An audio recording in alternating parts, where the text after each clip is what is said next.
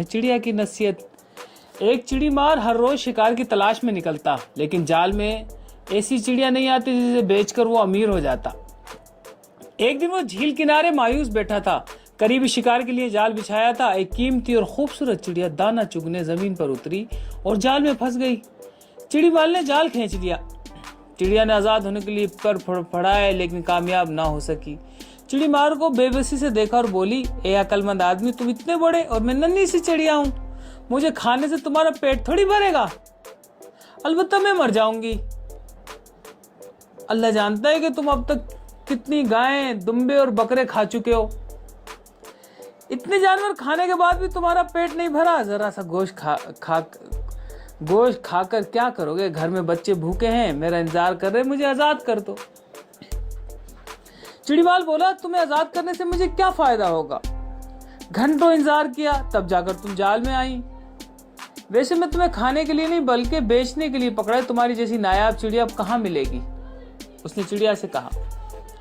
चिड़िया बोली, मुझे बेचकर कितने पैसे कमा लोगे? यही 100-200 रुपए और कितने दिन चलेंगे? अगर तुम मुझे बेचने का ख्याल दिल से निकाल दो, मैं तुम्हें 3 ऐसी बातें बताऊंगी जो हर वक्त और बेवक्त तुम्हारे काम आएंगी। तुम्हारा शुमार कामयाब लोगों में होगा, सक्सेस लोगों में होगा। ये बातें मेरे परदादा ने की थी, लेकिन कोई आदमी इन पर गान नहीं धरता कि भला नन्ही सी चिड़िया का अकल से क्या ताल्लुक। चिड़ीमार के दिल में तजस्सुस पैदा हुआ। उसने कहा कि क्या है? चिड़िया ने इसका चेहरा पढ़ लिया और बोली, पहली नसीहत तुम्हारे हाथ पर बैठकर करूंगी मैं। दूसरी, दीवार पर बैठकर करूंगी। और दवा ऐसी होगी कि खुशी से तुम्हारा खून बढ़ जाएगा। तीसरी नसीहत, माना उसने दूसरी दीवार पर बैठकर करूंगी और वो ऐसी होगी कि तुम्हारा खून जो है ना खुशी से झूम उठेगा और तुम बहुत खुश हो जाओगे। तीसरी नसीहत सबसे आला है कि वो मैं दरख्त की शाख पर बैठकर करूंगी। अगर तुम इन नसीहतों पर अमल कर लिया तो तुम दुनिया में हमेशा सुकून से रहोगे। चिड़ीमार थोड़ी देर खामोश रहा, सोचने लगा। सोचते हुए बोला, जाल से निकलने के बाद अगर तुम उड़ गई तो? चिड़िया बोली, झूठ और धोखाबाजी हमारी दुनिया में नहीं। चिड़ीमार ने कुछ देर सोचा, फिर जाल खोल दिया। चिड़िया फुदक कर इसके हाथ पर आ बैठी और सुरीली आवाज में कहने लगी, गौर से सुनो, हर एक की बात का यकीन ना करना। ये कहकर चिड़िया उड़ी और चू चू करती दीवार पर जा बैठी।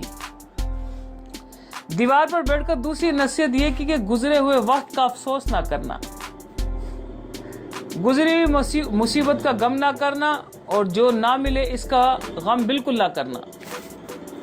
चिड़ीमार बोला, दूसरी नसीहत मेरी समझ में नहीं आई, कहना क्या चाहती हो? चिड़िया ने कहा, मेरे पेट में 5 तोलों का कीमती हीरा है।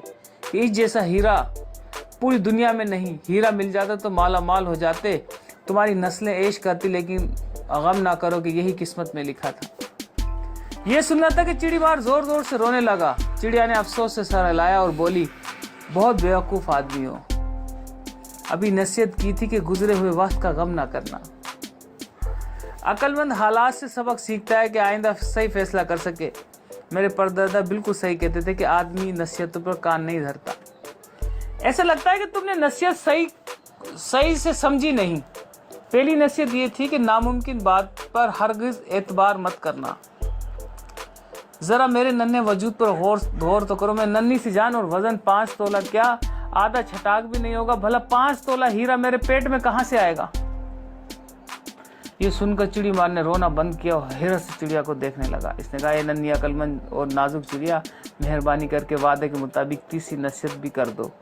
चिड़िया ने ठंडी आह भरी और बोली, ए बेवकूफ़ आदमी, तुमने मेरी 2 नसीहतों पर कौन सा अमल किया जो तीसरी भी करोगे? तीसरी भी करूं?